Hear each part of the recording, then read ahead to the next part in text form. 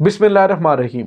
अस्सलाम वालेकुम नाज़रीन, मैं हूं डॉक्टर अली और आप देख रहे हैं मेरा फेसबुक और यूट्यूब चैनल। नाज़रीन, दुश्मन का एक बहुत बड़ा मंसूबा नाकाम हो गया है। दहशतगर्द तंजीम BLA की जानिब से पाकिस्तान में बलूचिस्तान के इलाके के अंदर 12 अहदाफ को हिट किया गया, लेकिन अल्हम्दुलिल्लाह पाकिस्तान की मुसल्लह अफवाज ने दुश्मन के तमाम तर इरादों को मलियामेट करने के बाद सारे के सारे जहन्नुम वासिल कर दिए हैं। इस ऑपरेशन की तमाम तर तफसीलात आपके साथ शेयर करेंगे, कौन कौन से टारगेट्स को हिट किया गया था और वहाँ पे कितना नुकसान हुआ है और कितने दहशतगर्द मारे गए हैं, ये तमाम तर तफसीलात आपके साथ शेयर करेंगे। जबकि पाकिस्तान की गुमनाम हीरोज़ ने दुश्मन के बाप को भी गर्दन से पकड़ लिया है। वीडियो की तफसील में जाने से पहले अगर आपने हमारे चैनल को सब्सक्राइब नहीं किया हुआ तो काइंडली इसको सब्सक्राइब कर लीजिए और बेल आइकन को ज़रूर दबा दीजिएगा ताकि हमारी आने वाली वीडियो सबसे पहले आप तक पहुंच सके। नाज़रीन, हम आपके शुक्रगुजार हैं जो आप हमारे वीलॉग्स को देखते हैं और कमेंट सेक्शन में अपनी मोहब्बतों का इजहार भी करते हैं। नाज़रीन, जब से इस्लामाबाद से मारंग बलोच अपने साथियों के साथ वापस गई है, तब से लेकर आपने देखा कि पाकिस्तान के ऊपर दहशतगर्दाना हमलों में इजाफ़ा हो गया। ख़ास तौर पे बलूचिस्तान के अंदर जो BLA और BLF की जानिब से हमलों में तेज़ी आ गई है।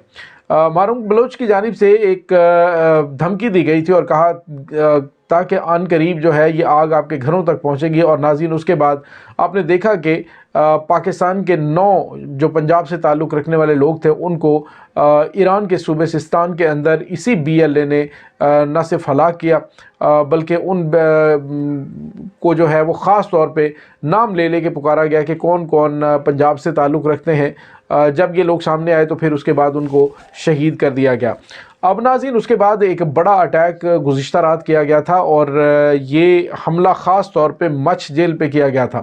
नाज़रीन, मच जेल के अलावा रेलवे स्टेशन पे हमला किया गया, FC के थाने पे हमला किया गया। मजमूई तौर पे 12 जो टारगेट्स थे उनको दहशतगर्दों ने हिट किया था, लेकिन लकीली तमाम की तमाम इंफॉर्मेशन पहले ही वहाँ पे पहुँच चुकी थी और मुसल्लह अफवाज ने जब दहशतगर्दों की जानिब से अटैक किया तो उससे पहले तैयारियां कर रखी थी और उनके तमाम तर इरादों को मलियामेट कर दिया। नाज़रीन, ऑपरेशन में दहशतगर्दों यानी BLA जो दहशतगर्द है उसके तमाम के तमाम जो हमलावर थे वो मारे गए हैं और लेकिन अनफॉर्चुनेटली इसमें 4 जो सिक्योरिटी एहलकार हैं उनकी शहादत की इत्तलात भी आ रही हैं, जबकि 2 लोग ज़ख्मी भी हुए हैं जिसमें एक बच्चा भी शामिल है।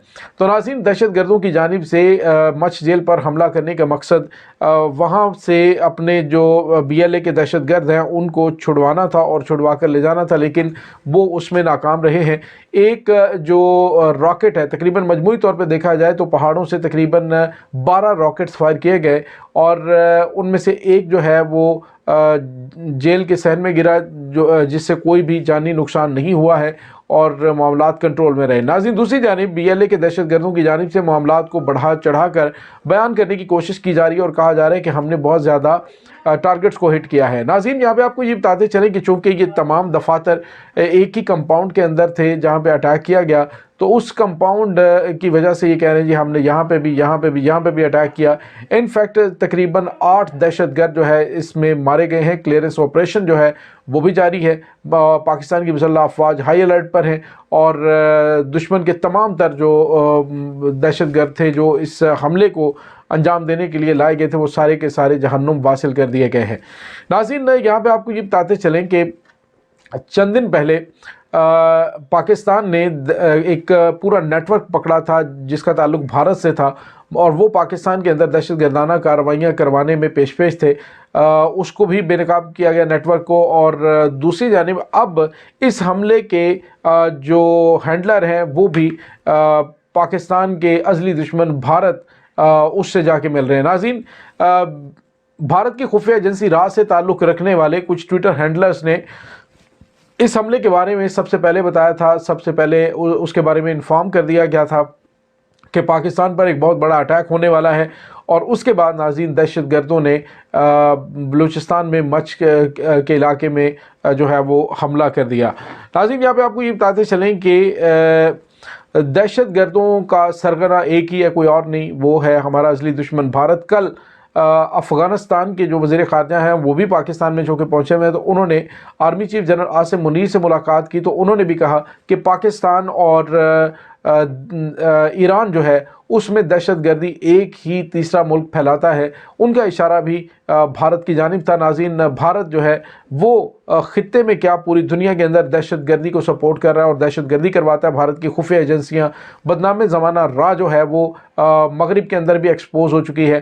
آپ دیکھیں تو جس طرح سے انہوں نے کینیڈا کے اندر سکھ رہنما کا قتل کیا، اس کے بعد امریکہ میں قتل کرنے کی کوشش کی، جس کے بعد امریکہ کے اور بھارت کے تعلقات میں کافی زیادہ خرابی آ چکی ہے۔ بھارت کے یوم جمہوریہ پر جب جو بائیڈن کو بلایا گیا تو جو بائیڈن نے آنے سے ہی انکار کر دیا۔ اس کے علاوہ بھی دیگر اہم ترین معاملات میں انہوں نے پیچھے ہٹنے کا فیصلہ کر لیا تھا۔